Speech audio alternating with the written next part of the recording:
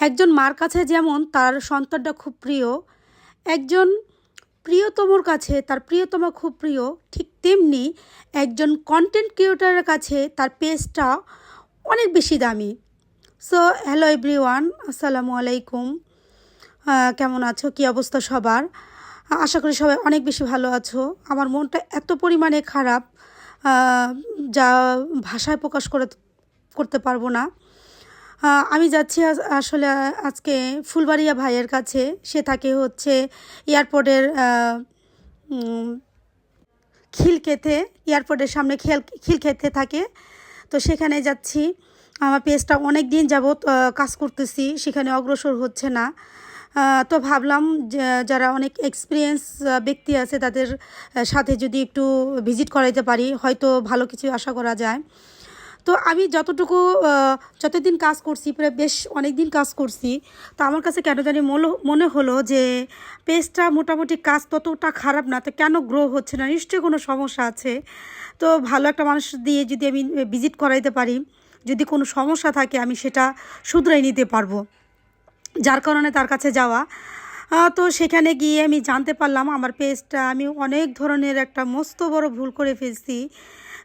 যে কাজগুলো মনিটাইজ পাওয়ার পরের মানে করতে হবে, সেই কাজগুলো আমি মনিটাইজ পাওয়ার আগেই করে ফেলছি। এখানে আরেকটা কথা বলতে চাই, সেটা হচ্ছে আমার পেজে যখন স্টার সেটআপ আসছে, এরপর হচ্ছে ইউর পেজ ইজ আর্নিং নাও, যখন এই মেসেজটা আমার কাছে আসছে আমি ভাবছি তখনই বুঝি আমার মনিটাইজ আইসা পড়ছে। কারণ আমাদের ড্যাশবোর্ডে কতগুলো সফটওয়্যার থাকে, সেখানে তালা মারা থাকে।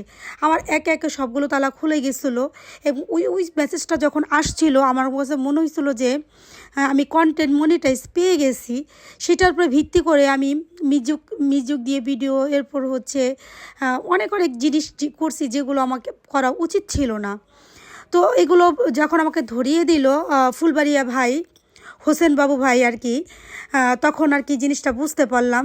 তো উনি বুঝছিল যে এই পেজ দিয়ে আমাকে আগে বাড়তে। তো আমার কেন জানি মনে হইলো যে ওই পেজটা নিয়ে আগে বাড়া আমার একটা বুদ্ধিমানের কাজ হবে না, কারণ ওই পেজে অনেক কিছু ধরবে মনিটাইজ দেওয়ার জন্য।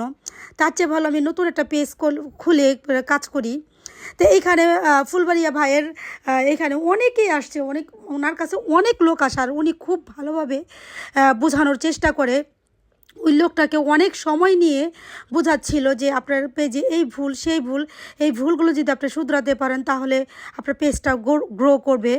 তো সেটাই আমি মনোযোগ দিয়ে শুনছিলাম, আর কিছু ভিডিও ক্লিপ নিয়ে রাখলাম আর কি, যাতে একটু ভিডিও আর কি করতে পারি, আপলোড করতে পারি।